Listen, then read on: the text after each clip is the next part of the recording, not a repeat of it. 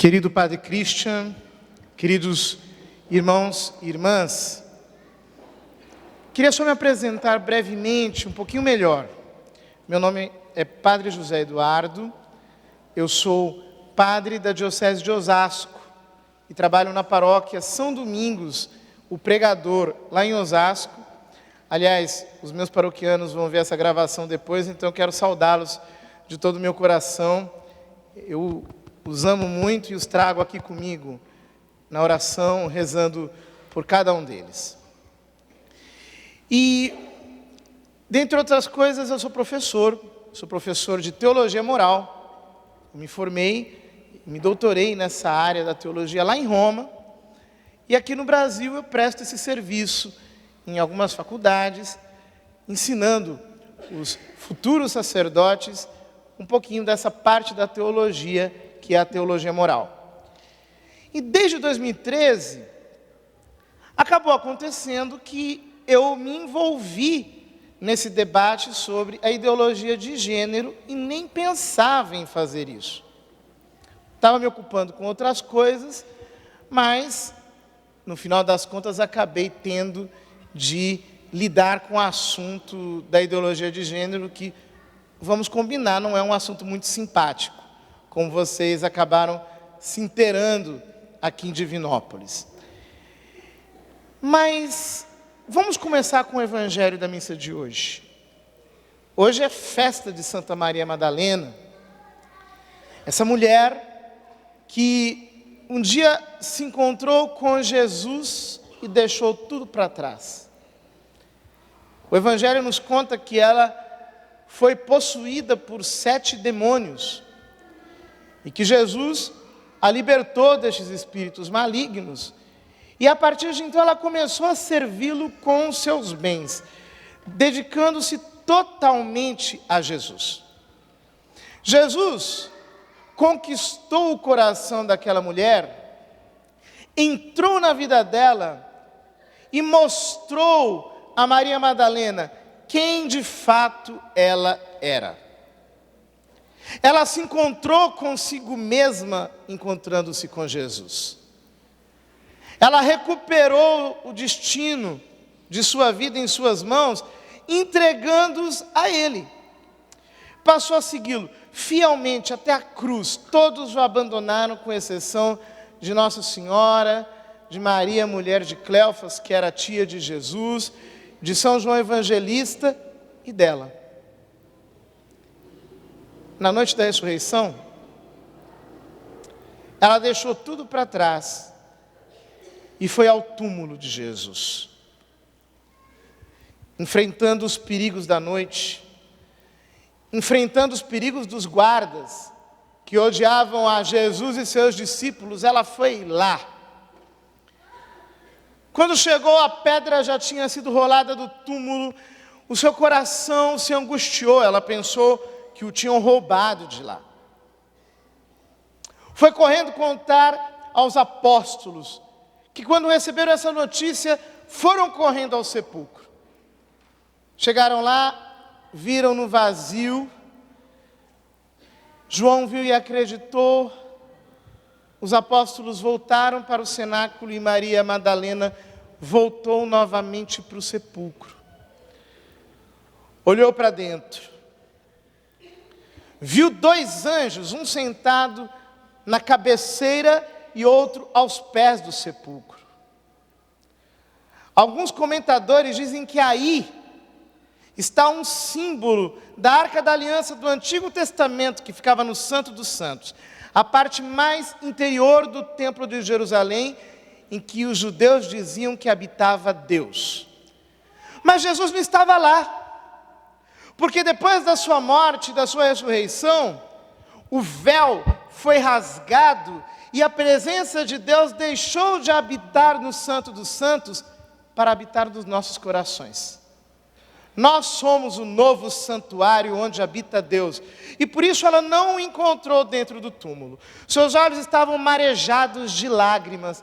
Ela se volta para fora e se encontra com aquele que ela pensava que seria o jardineiro. Por um acaso o Senhor levou o meu Senhor do túmulo? Mostra-me que eu vou lá buscá-lo. Uma mulher tão fraca. Como poderia trazer o corpo de Jesus sozinha? Tão grande é o amor dela, que ela pediu o corpo do seu Senhor. Então, repentinamente, depois de ter feito primeiro uma pergunta, Jesus chama Maria Madalena pelo nome. Maria! Notem, ele não a chama de Madalena, porque Madalena remetia ao lugar de onde ela provinha, remetia à sua história, remetia à sua vida velha, remetia ao seu passado. E ele, delicada, cuidadosamente, omite a referência à cidade de Magdala, de onde ela tinha vindo. Ela não era mais aquela mulher que carregava uma história antiga. Ela não era mais alguém que tinha uma vida velha. Depois que se encontrou com ele, ela era apenas Maria. Ele a devolveu a si mesma. E por isso, quando ele a chama pelo nome, quando ele lhe devolve a sua identidade, quando ele chega à essência de quem ela é, ela imediatamente reconhece a sua voz e lhe diz: Rabone, que quer dizer mestre. Ela o chama de mestre, a este Jesus que a tinha ensinado tudo, que a tinha ensinado a viver de novo, que a tinha ensinado a fazer novas escolhas, que a tinha ensinado o que vale na vida, que a tinha ensinado tudo aquilo que tem importância e também aquilo que não tem importância. Aquele Jesus que lhe tinha ensinado a essência do que é viver, do que é morrer e do que nós devemos deixar para trás e de para onde nós devemos olhar. Aquele Jesus que devolveu a Madalena, Maria. E que a fez é descobrir a sua verdadeira identidade. Porque para Deus, você tem uma identidade. A Escritura diz que Ele tem o nosso nome gravado na palma da sua mão. A Escritura diz que Ele sabe quem nós somos. A Escritura diz que lá no sepulcro, Ele te chama pelo nome para uma vida nova. Deus se preocupa com a nossa identidade e eu diria, com a nossa individualidade, com quem nós somos de verdade. E isso por um motivo. Porque lá para Moisés, no alto do Monte Sinai, ele se apresentou como aquele que é. Eu sou aquele que é, Deus é. E quando ele diz eu sou aquele que é, o que ele está dizendo é que ele possui por propriedade o ser. Ele é por essência, ele é Deus. Mas você e eu somos alguém. E alguém que é amado como tal. Você é amado individualmente por Deus. Eu me lembro que uma vez, um amigo de seminário me contava encantado que ele tinha descoberto algo muito simples na sua vida. Que quando entrava na capela, ele poderia fazer uma genuflexão e dizer para Jesus assim: sou eu, Jesus. Sou eu, o fulano. Sou eu. Não é outro, sou eu. Eu tenho uma identidade. E isso é absolutamente importante, porque quando eu descubro que eu sou alguém para Deus, e que Ele dá importância para quem eu sou, Então eu entendo que encontrando-me com Deus, eu me encontro comigo mesmo, ao invés de me alienar. Pois bem, mas acontece, queridos irmãos, que existem pessoas que querem nos convencer de que nós não somos ninguém. Querem convencer que nós não temos uma identidade. Querem nos convencer de que nós não possuímos verdadeiramente uma identidade como um dom com o qual nós nascemos nessa terra. E estas pessoas começaram a ensinar, negando inicialmente que qualquer coisa seja alguma coisa.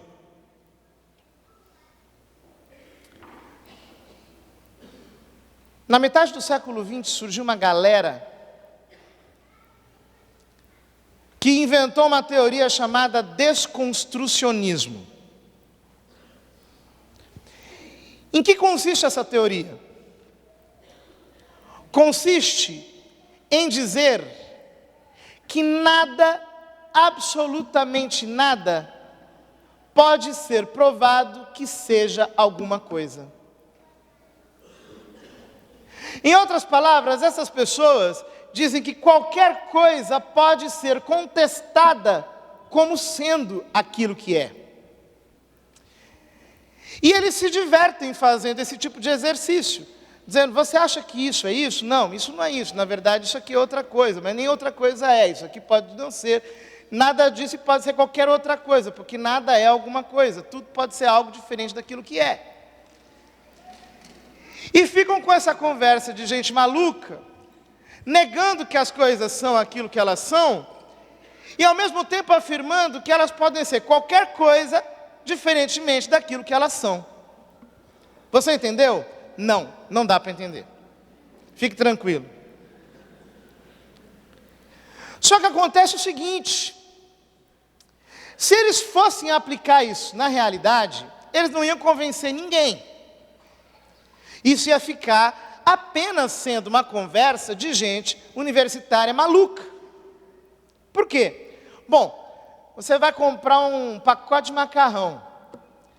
Aí você vai chegar e a pessoa vai dizer para você, não, mas veja bem, isso aqui não é um macarrão, isso aqui é uma outra coisa. Na verdade, você está enganado. Parece macarrão, tem gosto de macarrão, tem tamanho de macarrão, está no pacote de macarrão, tem preço de macarrão, está na seção de macarrão, mas não é um macarrão. Aí você, talvez por educação, não comprasse macarrão, voltasse para casa, mas eu garanto que quando você soubesse que aquela pessoa não estaria ali, você ia voltar lá e ia comprar o macarrão, porque você está afim de comer o macarrão. Essa conversa não ia durar muito. Então não dá para convencer ninguém dessa maluquice utilizando as coisas. Porque no final a gente precisa delas. E não tem jeito, se você precisa de uma caneta, você vai pegar uma caneta. Não adianta alguém dizer, não, essa caneta não é uma caneta, parece uma caneta, tem cor de caneta, tem tamanho de caneta, escreve com uma caneta, funciona com uma caneta, mas não é uma caneta. Você vai querer escrever com uma caneta. Não interessa aquilo que digam que é ou que não é. Mas eles inventaram um modo para que este tipo de ideia entrasse na nossa cabeça. E o modo é aquilo que nós chamamos de ideologia do gênero. Ou seja, você é homem, tem corpo de homem, parece um homem, fala que nem um homem, tem o DNA de um homem, mas você não é homem.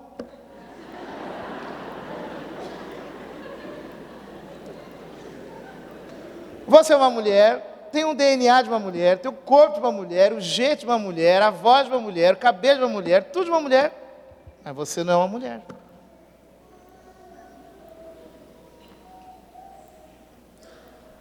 E não interessa as mudanças anatômicas que a gente faça. Você pode fazer cirurgia, mudar a voz. No meu caso, eu tinha que colocar uma peruca. Você pode fazer qualquer tipo de alteração física que você quiser fazer. Mas é o seguinte, meu filho, a tua identidade sexual está em cada célula do teu corpo. Não tem jeito. Você pode morrer. Daqui a 500 anos, podem pegar um resto mortal teu, vão fazer uma análise química e vão dizer, isso aqui é um corpo de um homem. E não apenas na análise química, mas inclusive pela própria constituição óssea. Né? O pessoal que estuda medicina legal sabe, você pega lá um corpo todo carbonizado, você identifica pela arcada dentária que é um homem ou que é uma mulher, pelo crânio, porque todo o nosso corpo é masculino ou feminino. No entanto, a galera do gênero quer nos convencer que isso não existe. Não tem masculino e não tem feminino. São invenções que a sociedade opressora criou para nos enganar. Então a galera do gênero chega dizendo algo aparentemente ou mais ou menos assim. Te enganaram, querido. Você está achando que você é homem? Você não é. Te definiram assim, mas você não construiu a sua verdadeira identidade. A tua verdadeira identidade é um gênero que você tem que inventar. Um gênero único, exclusivo, individual, interior. Algo que você precisa criar dentro de você para descobrir o seu verdadeiro eu. Aí você diz, tá bom. Então, isso significa que se eu me esforçar muito, se eu for me testando, se eu for fazendo experiências, então eu vou chegar ao meu verdadeiro eu? Aí ele vai dizer, não é assim. Porque depois, esse eu aqui, ele não é fixo, ele é variável, ele vai mudando. Ele vai se transformando. Para utilizar uma linguagem que está na letra de uma música, inclusive, para a galera do gênero, nós não temos uma identidade. Nós precisamos inventar uma identidade, e essa identidade inventada é uma metamorfose ambulante. Nem essa identidade é fixa. Nem ela pode ser conhecida. Nem ela pode ser, de algum modo, definida em termos estáveis. Vocês estão entendendo? Estão entendendo? É complicado esse negócio, né? A gente não está muito acostumado com isso daí. Só que, vamos combinar, isso aqui não vai convencer você, né? Você é adulto, você já tem a sua cabeça feita, você já cresceu, é uma pessoa criada. Então isso não oferece perigo nenhum para você pessoalmente aqui. Você já tem uma personalidade relativamente formada. Só que esse é o problema. Esta turma quer aplicar isso aqui na educação. Fazendo o quê? Convencendo as nossas crianças de que elas nasceram com o corpo de homem, parece homem, tem jeito de homem, tem toda a anatomia de homem, tem as células de homem, mas não são homem. Tem jeito de mulher, parece mulher, tem corpo de mulher, tem anatomia de mulher, mas não são mulher. Eles querem pegar a criancinha e doutrinar as criancinhas a partir deste tipo de concepção. Ou seja, eles querem pegar a cabeça das nossas crianças e ir transformando a partir de dentro para que elas percam completamente a sua identidade. E isto não é uma teoria.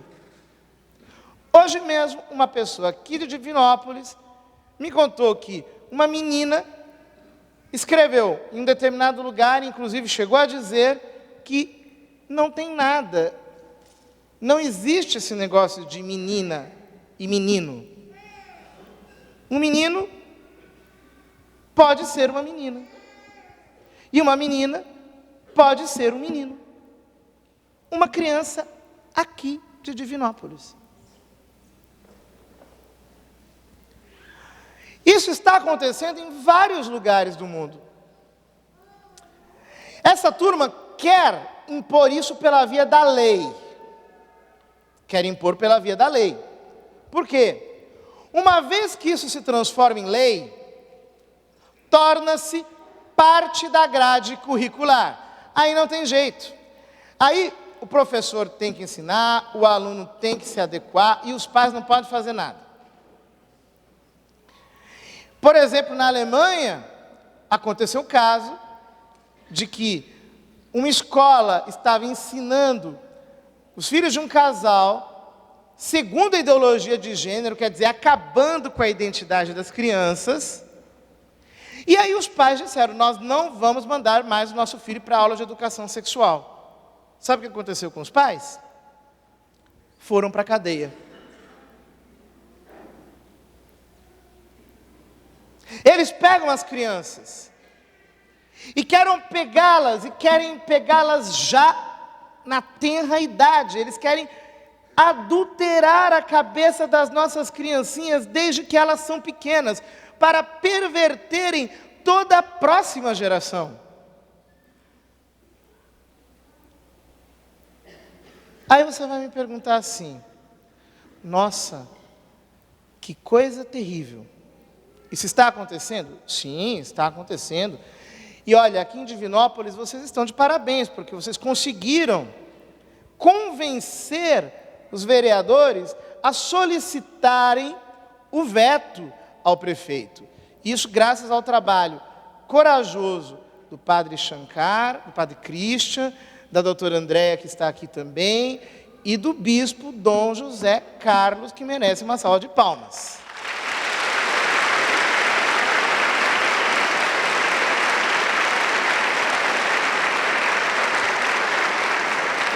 Mas estejam atentos, porque embora não tenha passado, ontem mesmo, na audiência que eu dei ali na Cúria Diocesana, alguém chegou a dizer, embora não tenha passado na lei, isso está sendo tratado na sala de aula. E, inclusive, as pessoas querem insistir nesse tipo de tema para, aos poucos, irem adulterando a cabeça e a identidade das nossas crianças. Nós precisamos resistir, nós precisamos ser corajosos, nós precisamos, como cristãos, mas não apenas como cristãos, como cidadãos, precisamos nos levantar contra este tipo de prática e defender as nossas famílias. Por quê? Porque quando a ideologia de gênero estiver aplicada e estiver sendo vivida pelas nossas crianças, que um dia se tornarão adultos, o que vai acontecer com a família? A família acaba. Você vai me dizer, nossa, padre, mas que visão mais estranha. Por que a família acaba? A família acaba por um motivo simples. Porque a família está fundamentada em figuras familiares. Você tem o pai, você tem a mãe e você tem os filhos. Veja como eles fazem as coisas. Primeiro eles vão dizendo que família não é mais constituída por um matrimônio entre um homem e uma mulher. Hoje mesmo eu li uma notícia que um homem se travestiu de mulher. Ele é um homem que tecnicamente se autodefine como transexual. E uma mulher se travestiu em homem. É aquilo que tecnicamente também se chama transexual. Só que o que aconteceu? Os dois se casaram. Aqui no Brasil. E o homem, que na verdade é mulher, ficou grávido da mulher, que na verdade é um homem.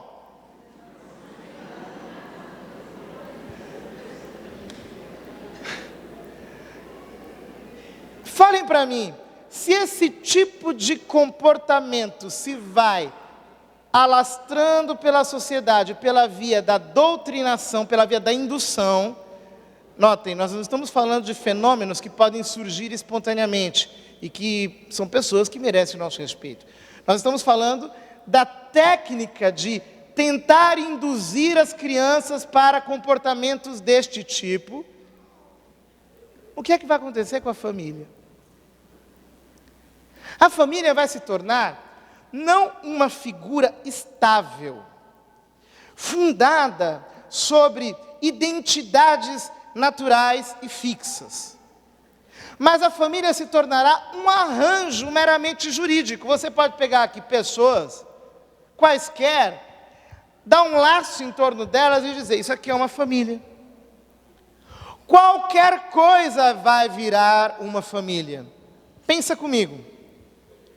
Se qualquer coisa pode virar uma família, logo, a família em si já não é mais nenhuma coisa. Olha o desconstrucionismo aplicado nas famílias. Isso aqui parece uma família, tem jeito de família, se comporta como uma família, mas não é uma família. E aquilo ali não parece uma família, não tem nada de família, não tem jeito de família, não tem anatomia, não tem corpo, não tem absolutamente nada, mas é uma família. E assim você vai confundindo a sociedade de tal modo que, se qualquer tipo de união pode ser uma família, a família já perde toda a sua verdadeira essência e todo o seu modo de ser. Mas eles não param por aí. Eles vão mais longe. Então, primeiro, qualquer um pode se casar com qualquer um, não importa se é homem ou se é mulher. Qualquer tipo de união pode constituir uma família, não importa de que natureza seja. E depois você começa a convencer as pessoas que ela já não tem mais natureza, que homem não é homem, que mulher não é mulher, e que qualquer indivíduo da sociedade pode se declarar como qualquer tipo de identidade, como qualquer gênero, para utilizar a linguagem deles, e, mais uma vez, você tem a vitória desse tipo de concepção que vai acabando com a nossa cabeça e vai acabando com a realidade tal como ela é. Estão percebendo o perigo? Estão percebendo como isso prejudica e vai à raiz das nossas famílias, destruindo a sua essência?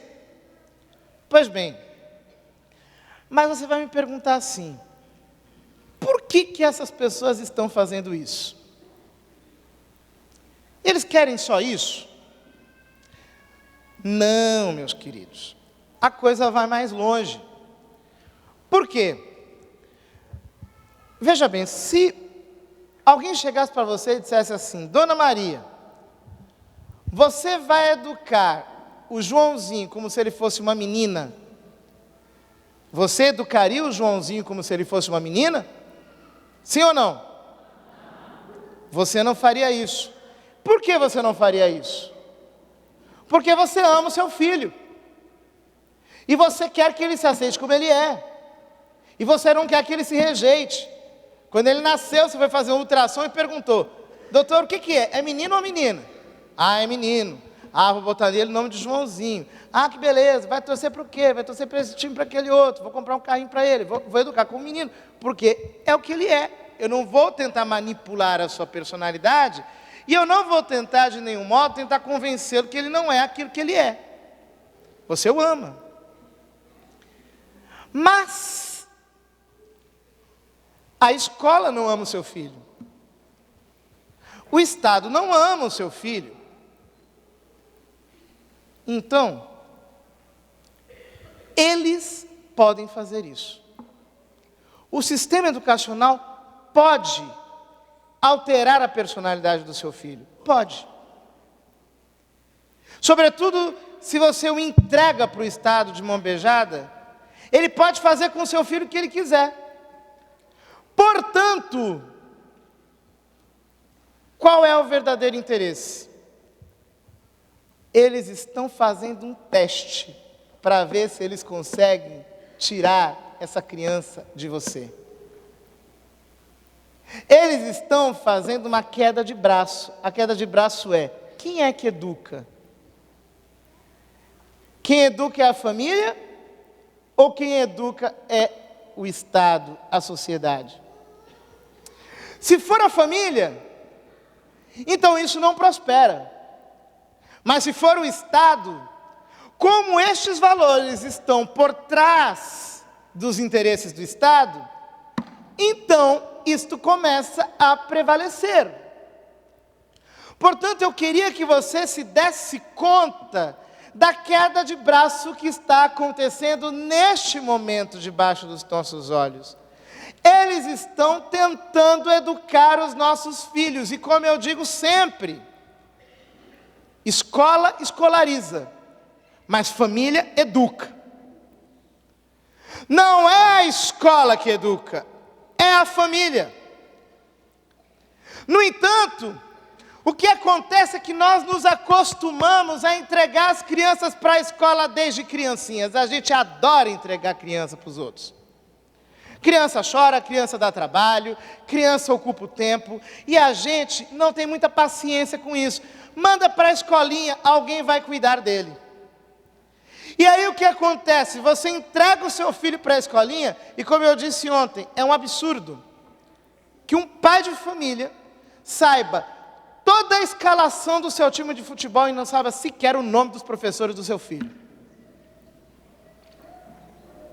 Você está entregando o teu filho para uma escola que você não conhece. Você não sabe quem são eles. Você não sabe que valores eles estão transmitindo. Você não sabe que princípios estão transmitindo.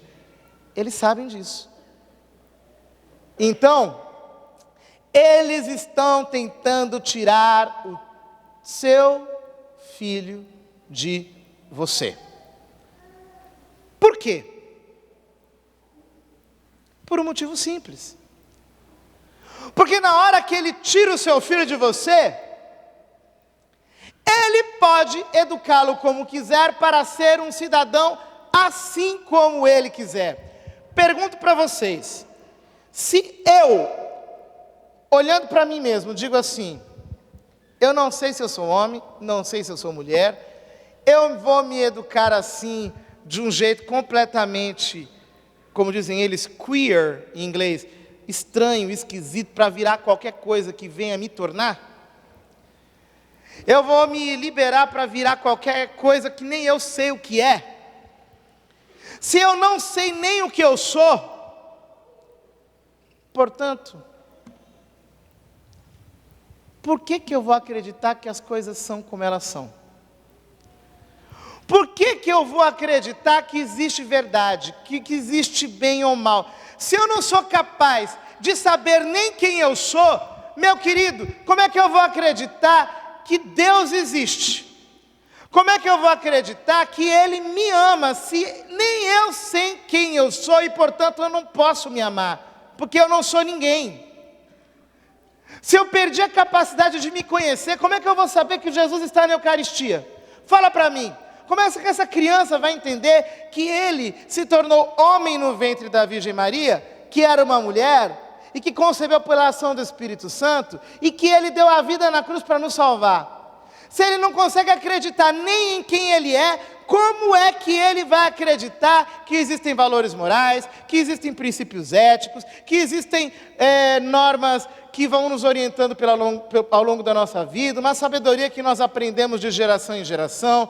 Como é que eles vão acreditar que o que você está dizendo é verdade ou é mentira? Como é que eles vão acreditar que eles precisam ter uma vida estável, segura, como a gente tem na família? Como é que eles vão acreditar em qualquer coisa? Como é que eles vão acreditar no Evangelho?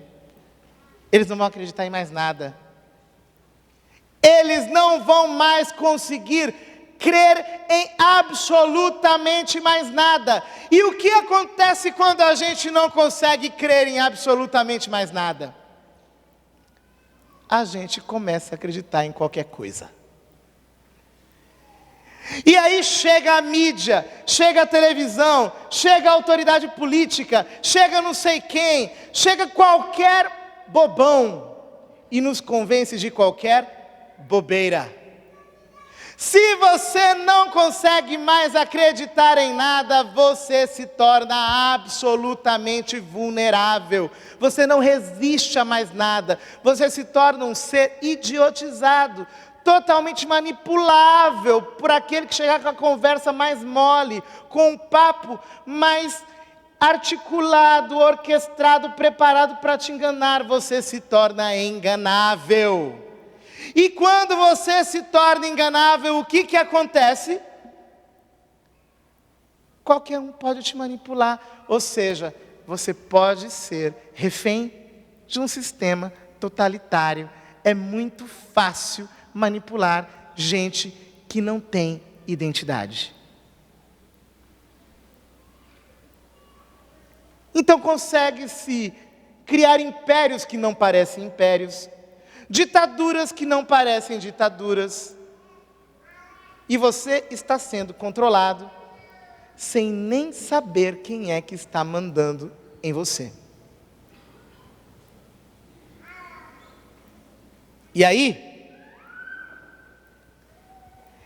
meu querido, talvez será tarde demais para nós entendermos que passou o tempo de lutar. Não, nós não vamos entregar os nossos filhos para o Estado. Nós não vamos entregar os nossos filhos de mão beijada para eles. Eles vão aprender sim que eles são alguém, que eles nasceram com uma identidade, nós os amamos com a identidade com a qual eles nasceram, que é a identidade com a qual Deus os criou. Nós vamos educá-los de acordo com os princípios.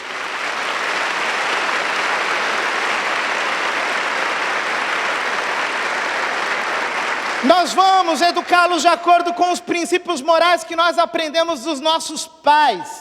Nós vamos transmitir aquilo que nós aprendemos das gerações anteriores, que foram as gerações que construíram esta igreja, esta cidade, este estado e esse país. Não, nós não renunciaremos a lutar. Eles podem saber de uma coisa: nesta terra há uma igreja, e ela não vai desistir de lutar pelos seus filhos.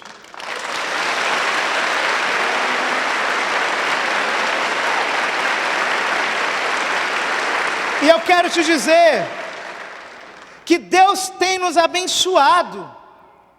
Queridos irmãos, o Brasil se levantou. O Brasil foi a primeira nação que levantou-se contra a ideologia de gênero. Em nenhum lugar do mundo ela tinha sido vencida. Ela acabou de ser aprovada no México, me informaram hoje. Aqui no Brasil nós estamos vencendo. Nós derrotamos no Congresso Nacional, no Plano Nacional de Educação. O governo federal enfiou de novo para os planos municipais. Dos 5.600 municípios que já votaram, em 3.500 o plano municipal já foi aprovado. E nestes 3.500 municípios em que foi aprovado o plano municipal de educação, estava lá o povo, as famílias estavam nas câmaras, e nós vencemos em 98% dos municípios.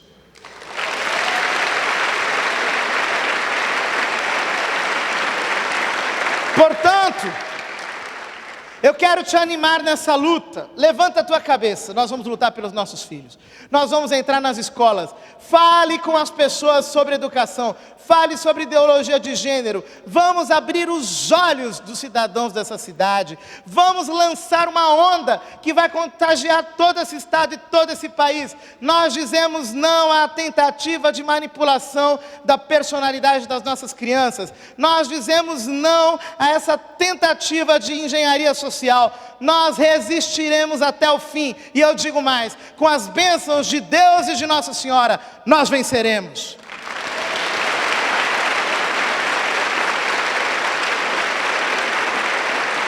Deus coloca essa vitória nas nossas mãos. E se nós lutarmos, nós veremos o Brasil ser o instrumento da divina providência para restaurar os altares de Deus em todas as famílias da terra.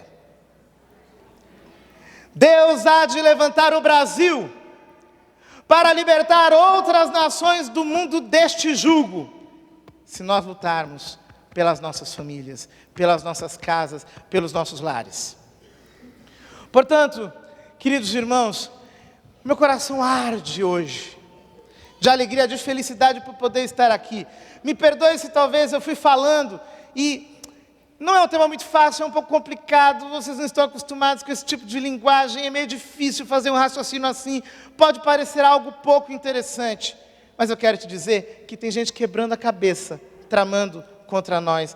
Nós hoje podemos usar a nossa cabeça iluminada pelo Espírito Santo para desfazer e desmascarar estes sofismas enganadores. Que Deus possa nos abençoar, que Ele de fato nos use para abrir os olhos de tantas pessoas desinformadas e que nessa cidade de Divinópolis, que leva o nome do Divino Espírito Santo, possa se levantar um povo cheio do fogo de Deus, que irá mostrar às famílias que agora chegou a hora da família. Agora chegou a hora de retomarmos os nossos filhos em nossas mãos, chegou a hora de mostrarmos ao mundo que Deus se fez família, para que também nós pudéssemos, como família, chegar até Ele.